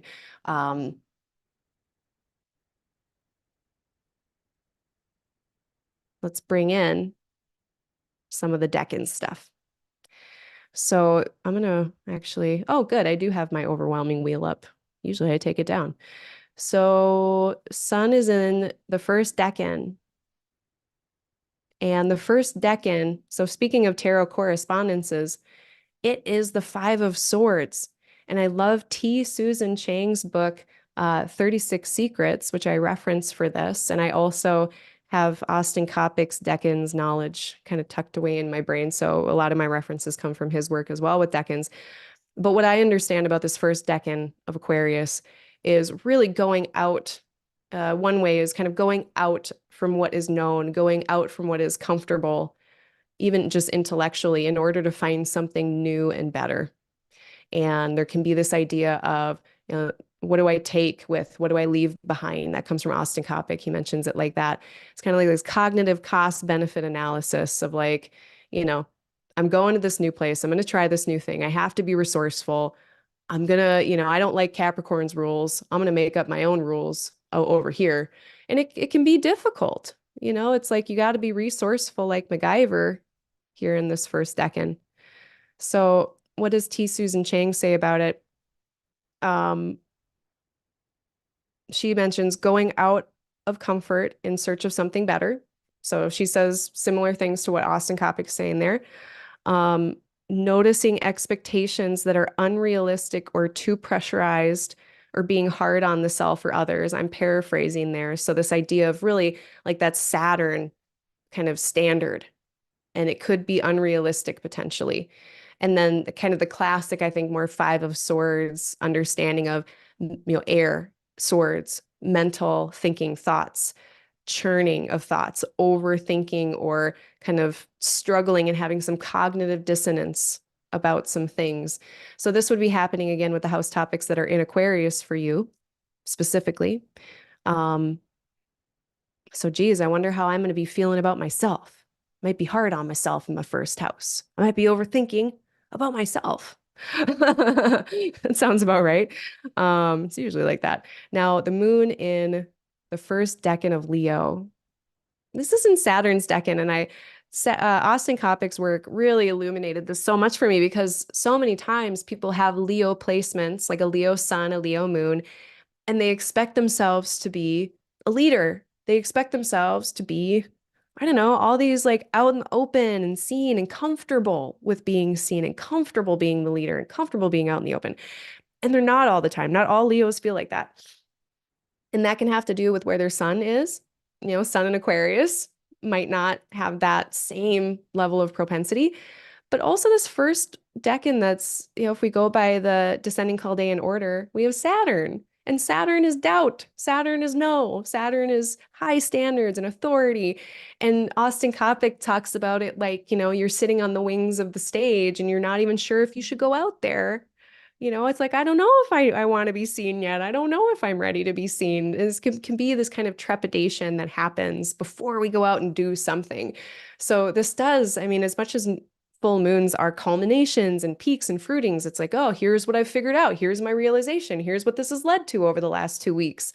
There is kind of I don't know, like an energy of unsurety, an energy of like an unsure beginning of some kind that is still the deal because we are in this first decan. Bit of a beginning energy there. So then Sun is in, or sorry, Moon is in that first decan of Leo, and T. Susan Chang talks about that first decan of Leo. So now this is the Five of Wands. And so if we think about, air, swords, kind of that churning of the mental places, with wands, it's kind of churning of action, churning of fire. So it's like busyness and endeavoring. And she says, talks about putting in effort, more high pressure situations, maybe to the point of performance anxiety, which again fits a lot with what we were just talking about with Saturn ruling over this decan. Busy with action or people, quote unquote, the point is not perfection, but to discover what inner excellence hides inside you. So that was a quote from Leo 1 from T. Susan Chang. The point is not perfection, but to discover what inner excellence hides inside of you. So again, there's something that just feels like it's coming forth with this new moon that is. So yeah, I don't know, maybe I take back what I said because I had been kind of a little concerned about, that Jupiter Sun classic overconfidence potentially going into bombastic or belligerence, right? That can happen with Sun and Jupiter square. But the rest of this doesn't sound like that at all. So maybe we don't need to worry so much about that. Maybe we will be kind of balanced in what we say yes to and what we're taking on. And maybe we will be able to, with some of that kind of discernment and maybe even a little bit of doubt, has us being a little bit more careful or methodical in what we're doing. Yeah. What else about this? Mars is still kind of squaring Chiron. Mercury's pretty much with Mars here. So all that stuff still kind of applies. Yeah, it's not the most comfortable skies. So be kind to each other, be kind to yourself on this Leo full moon.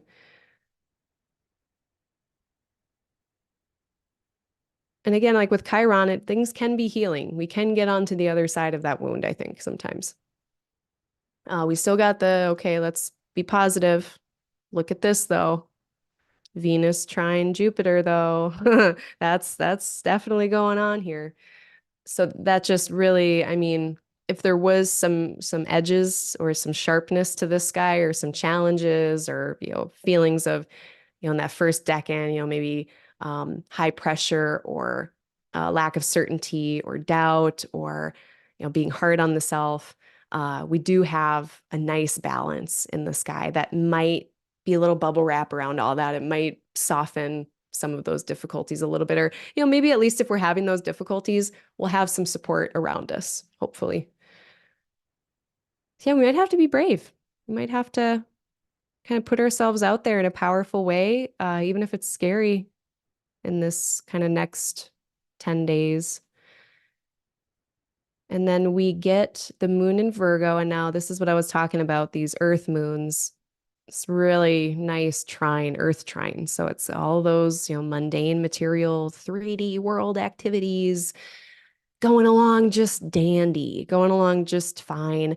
The 27th, one little caveat, we got the moon applying to Saturn. It happens once every month. So the 27th, another day where don't ask your boss for a raise. Answer might be no, or you might have to like negotiate a lot more than you want to. But once the moon gets away from that opposition with Saturn, which will be approximately, let's see, well, pretty much the 28th. We got to wait till about the 28th for that. So the 28th looks better. And then we get not so much the delays and difficulties with that opposition to Saturn, but much more of the helpful trine. And God, look at this though. I mean, God, I don't even care so much about maybe I don't care so much about that Saturn because it seems that maybe it's some kind of constructive delay. Maybe it's a constructive like discipline or limiting or maybe it's working with our limitations in a really constructive way. There's a lot of help here. Yeah. I like the 27th and the 28th. I like those days. I know it's super vague too. I'm just like kind of giving thumbs up or thumbs down to certain things, like certain days, but I'm like, yeah, I mean, like a weather forecaster, they're either giving me like a cloud or a sun, and that's like good enough for me most days. It can validate, like, why am I feeling like this? And I open the window and I'm like, oh, it's cloudy. Yeah, of course. Um, so yeah, I know that's vague, but like honestly, I think that's valuable still. Uranus stationing direct. So this is kind of an interesting thing. Like, what is it when outer planets are stationing? Because they station, I mean, they go retrograde for months at a time. And I don't pay attention a ton to that middle part of that retrograde journey for an outer planet like Neptune, Uranus, Pluto. But what I do really like to pay attention to are the stations. So when are they changing direction and the days or weeks around that station, that planet is just louder, louder, louder. So also this last 10 days of the month, Uranus is stationing direct. So changes in the Taurus part of your chart might be louder, or disruptions in the Taurus part of your chart might be louder. Um, Doing things differently, novelty. Maybe you're just trying new stuff. Maybe you're just expressing yourself differently. Maybe you're a Taurus rising and you're just doing things new in general. It can be a need, an extra need for some independence and some just doing your own thing. So if at the end of January, people need more space, people need more freedom, give it to them, let them do their own thingy for a while. Anytime Uranus is louder, like life can just feel a little itchy. Like, yeah, there's just not enough room for me to be me, and I need to go do this thing. So we might need that at the end of the month. Um, This is about the same time too that Mars is coming into a trine with that Uranus that is just stationing. So yeah, like especially maybe like the very end of January, if people are needing more space, needing more independence, especially because Mars is that planet of like, I'm gonna do this thing. This is the action I'm going to take. This is my intention. This is my motivation. And when we put that with kind of that independent, freedom-loving flair of Uranus, it's like, yeah, we're doing what we're wanting to do. And they're both talking very harmoniously together through a trine. So it could be very constructive. It's kind of like, okay, I'm gonna let the dog off the leash, but it's because they're gonna go truffle hunting for me. Like, all right, let the dog off the leash, and it might actually be kind of constructive.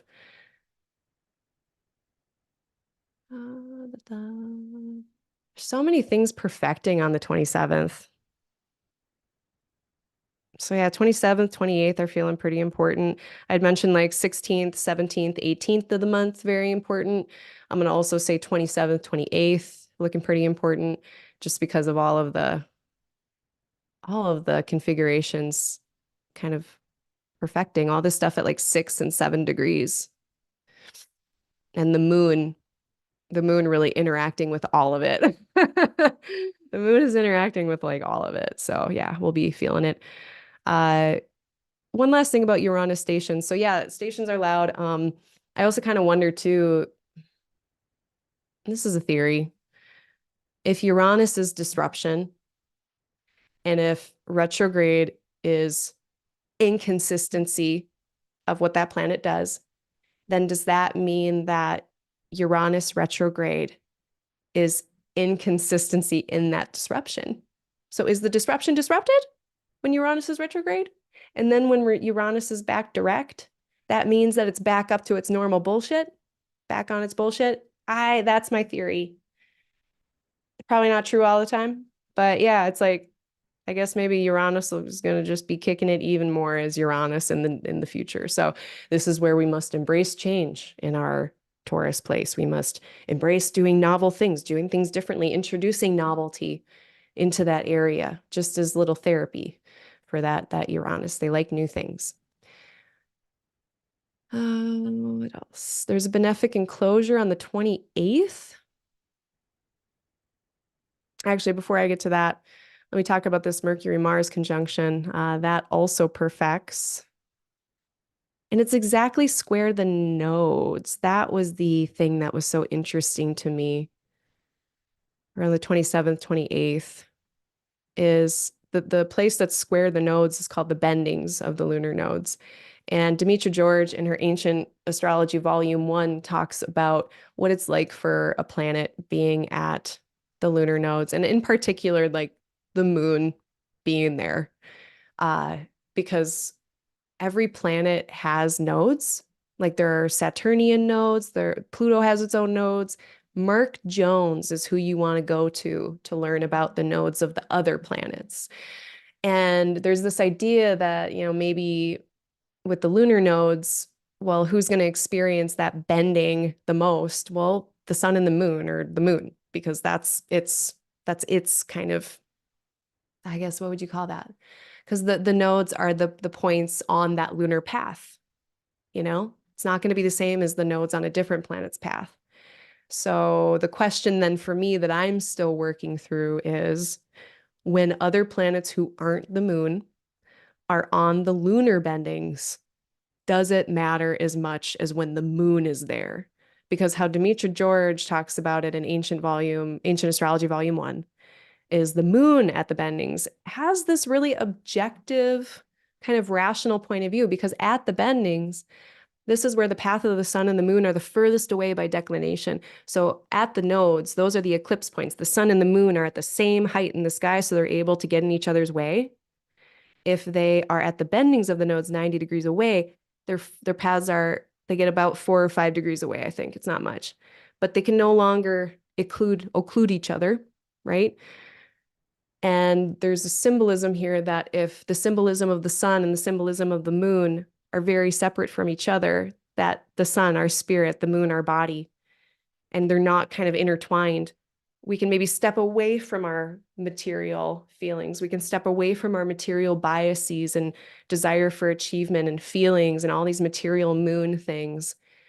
And we can separate spirit and intellect, sun, from that. Or that type of intellect. There's many types of intellect.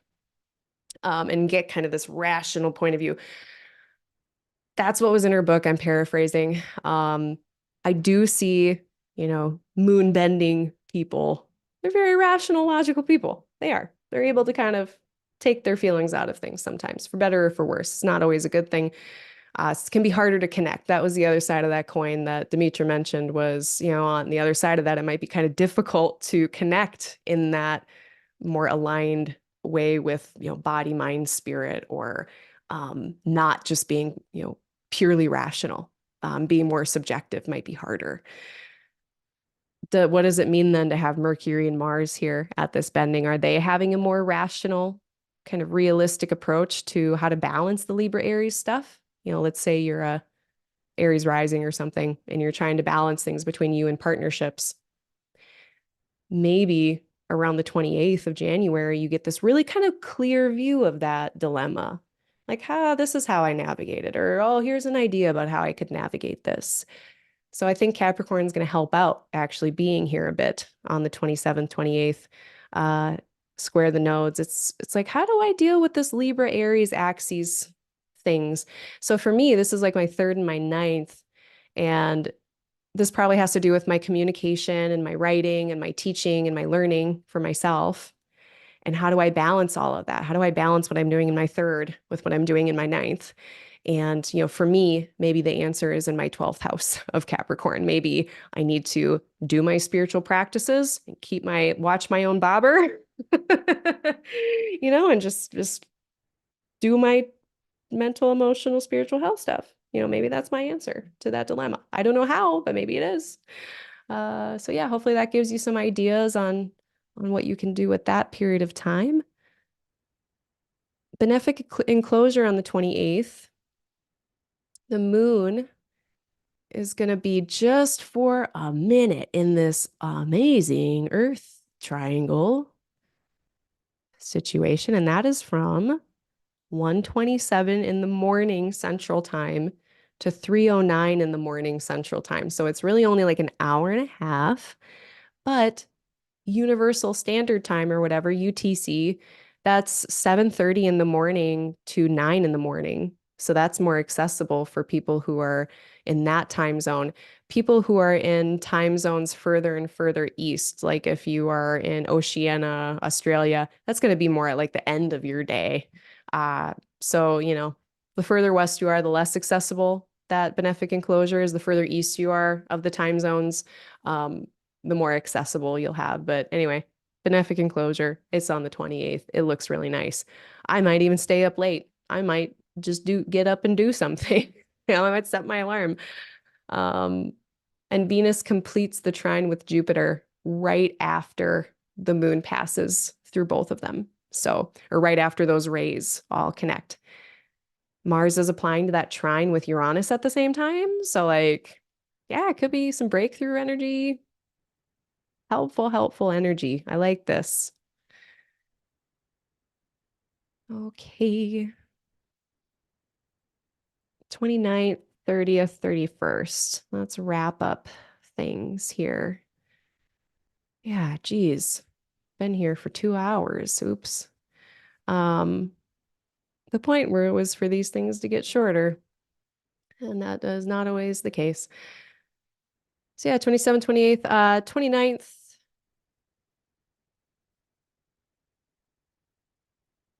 Not much to say. I don't have much to say, at least.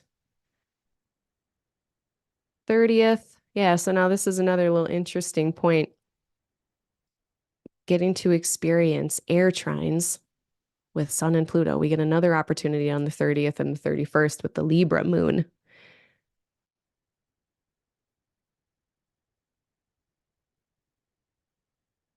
There's a lot of, yeah, I mean, if there is any, I guess maybe one other thing to say. So let's say this Mars-Uranus trine across Capricorn Taurus is funky, and there is just something like really disruptive or interruptive on, and that was like more like the 27th, 28th. The trine means that we'll get through it okay. So yeah, like really heating up 27th, 28th, 29th, perfects on 29th, 30th between Mars and Uranus. If there is something unstable, new surprise, whatever challenge it is, it's a trine. So at worst, we'll be able to just navigate it and get through kind of unscathed. So I'm not, this could be very helpful. And at worst, I'm just not that worried about it because it's a trine. And because benefics are present. Anytime the benefics, especially, are present, I have a lot of people who get nervous because I'm always doing Hellenistic astrology with my elections. And with election stuff, that's one area where I guess I do use the outers a little bit less, because if I was to get the perfect election, if I was to try to get a perfect election, I mean, that there's no such thing in the first place, but it's already almost impossible if I'm considering like not the or not the outers. If I add in the outer planets, oh, it's like impossible. So, I end up having certain elections where sometimes Uranus is on stuff or near stuff. And the thing is that if there's benefics around, I don't really care, because even though it might be kind of wild, like it'll turn out more times than not to be wild in a good way, or disruptive in a positive or helpful way, or new and exciting and just kind of out of your comfort zone. So Yeah, I'm not worried about this. I elected a few things last year with Jupiter and Uranus, and I had one person be really, really concerned. But yeah, you can't make me that worried about it. One interesting thing, I guess I'll give a little example from my own life. So I'm Aquarius rising, so I've got this Taurus in my whole sign fourth house. And part of what happened this year is we had a big storm tear down a bunch of trees. My family is very blessed to have a piece of land in Minnesota, and on that little piece of land, we've got some oak trees, and a few of those oak trees lost a lot of branches, or we lost the whole tree. And these were like hundreds of years old trees, and huge interruption, huge disruption. Took a lot of effort to clear that out, really unexpected. But Jupiter was there, so no one was hurt. My dad even got hit with a few branches, like, and really almost got hurt very badly, but didn't get really super hurt bad. He had a few scrapes or whatever, and it happened on like several occasions. And granted, he's having a whole set of perfection year things, so like that's a whole thing aside. But Jupiter was there acting like a little bit of bubble wrap. And then my mom is asking, can we make a table out of this? Can we like, because this is beautiful wood. What are we gonna do with it? Well, we burn wood at my house at home in Minnesota if we can, try to reduce the gas price or the gas cost or whatever. So they're always burning wood. They're gonna have wood for years now. So that was an opportunity. Um, and maybe mom was like, yeah, we could make furniture, you know? So there's opportunities built in. So Uranus, Mars, this trine, all this stuff, like, I'm actually kind of curious to see what kind of cool fruits will come because we do have both of these benefics involved. All right, I'll stop beating that to death. Last thing, on the 31st, we've got Mercury and Neptune in a nice little sextile. And that's really nice for poetry. That's nice for art and spirituality, any works of those varieties. Uh, Planning, envisioning things in a more exciting, artistic way, brainstorming ideas, all of that. Because again, we got this very, realistic, rational Capricorn stellium that's connecting with something really dreamy in Pisces. And it's a sextile. It's really, they help each other. It's a very nice thing, it looks like, from my point of view. So, 31st into the 1st of February, great time for vision questing, making your vision boards, any kind of planning or thinking about the future in a way that is hopeful. That would be more Neptune. All right, my friends, that's pretty much what I got for you. Let me check in and see if anyone has any questions, any configurations that you wanted to talk about that I did not talk about. This is your last call. If you want to put those in the chat. Thank you. I'm very excited. I'm totally going to use PS, like end of the month, totally using Mercury, Neptune to do poetry and to dance and to do that stuff. It's already on the calendar. I'm like, this is when I'm doing it. Uh, Thanks, Lisa. That's so nice. Thanks for the feedback. Oh yeah, Virgo risings. Yeah, so like too, all this stuff I say about Mercury and their journey that they have all the time. If you are a Virgo or a Gemini rising, that's especially important for you because you're literally Mercury. Like if I could pick one planet to be you, the planet that rules your rising sign, that's who I'm going to pick. So yeah, very important for you. Got a Leo full moon on someone's sun. That should be fun. Leo rising. Yeah, being seen is complicated. It can be very complicated, even if you have Leo planets or, a Leo 10th house. Yeah, if you're a Scorpio rising with a Leo 10th house, sometimes that's a whole thing in and of itself, just that square. Um, Hello, Nikki. Welcome. You're welcome, Tracy. Thank you so much, everyone. And thank you for all your great contributions. Y'all are keeping me on the straight and narrow. That was really helpful. Thank you so much. Such a good chat. Hopefully that helps. So yeah, I guess again, best way to use this information is really practice with your own chart and think about things that are going on in your life. And then watch the astrology if you can. Even if it's just watching where the moon is, see where they are and look at what the vibes are that day and just kind of see. Because it was so interesting. I had such a vivid experience of that on retreat. The retreat started on the 12th, and for the first 2 days of it, the moon was in Aquarius, and it was a partially Zen, partially Vipassana retreat. And I'm more of a Vipassana practitioner, which does have a lot of like mental noting and mental labeling and investigation about like, okay, if I'm having a really strong emotion, more likely there's a fear response. So you look into, okay, where's that fear? And then if you're like Thich Nhat Hanh, can I hold the fear like a baby? All of those things. The first 2 days of this retreat, I was fine emotionally. Soon as the moon went into Pisces, the waterworks, all the waterworks. Oh, they came out. Oh, I got into some feelings, some accidental deep feelings, which of course can always happen when you're sitting still. You can run into those. So yeah, I could definitely tell. Moon in Aquarius, not as much crying. Moon in Pisces, definitely more crying. So many feelings. So that was real. So just watch the moon. That's a really great way to use this information. And if you can like I put little notey notes in my own iCalendar. If there's like a nice day, I'll literally write just like nice day, or if it's like kind of a crunchy day, I'll write crunchy day. I didn't really have any days this month. Sometimes I have days where I'm like, mind your own business, mind your own business. I didn't have too many where I felt like we really needed to mind our own business this month, but yeah, just simple notes like that for yourself and a lot of times what ends up happening is it just validates me in how I'm feeling that day, and it can help explain it to me if I'm having a hard time understanding it.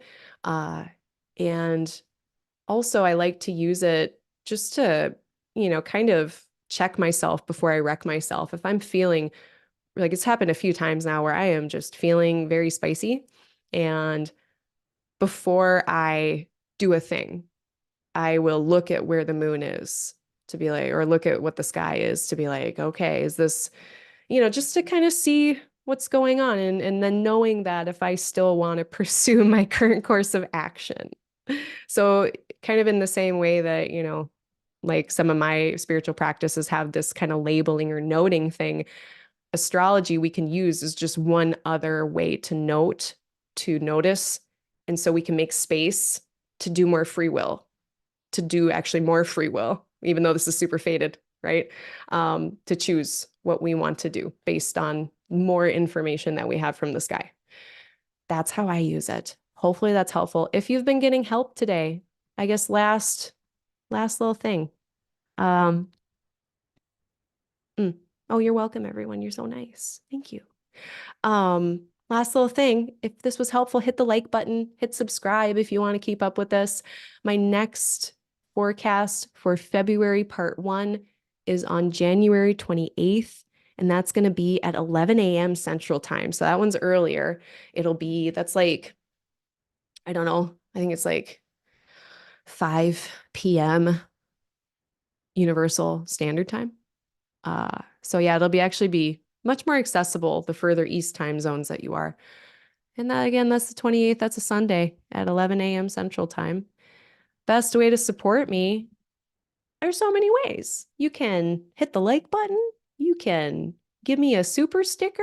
I need to talk about those more. You can get a reading. You can sign up for my newsletter. I have a little link below for my newsletter. You can sign up for that and then make me feel good when I see the little algorithm that, oh, someone opened my email.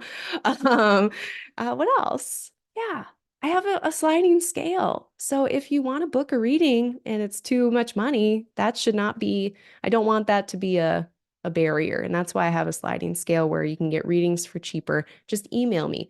My email is aligninglight@gmail.com.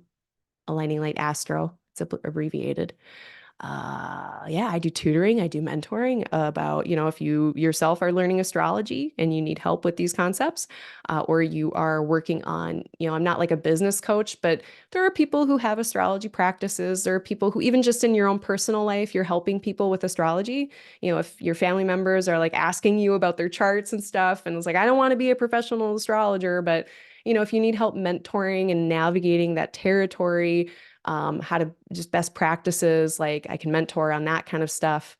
Before I was doing this, I was a pharmacist and a clinical instructor for my local university. So I would help pharmacy students know how to be a pharmacist in the pharmacy, not necessarily in a classroom. I do kind of a similar thing out here. It's like not necessarily a professor, but I will tell you the ropes that I know. I think that's it. I don't have anything going on. I'm just kind of, I've got tax season to prepare for. So that's what I'll be doing. I hope everyone has an excellent rest of your Capricorn season. I will put the timestamps up eventually. And thank you again for helping me with my technological snafus earlier. I will get this video all prim and proper and figured out later. Everyone have a great rest of your day, and I will talk to you in a couple weeks.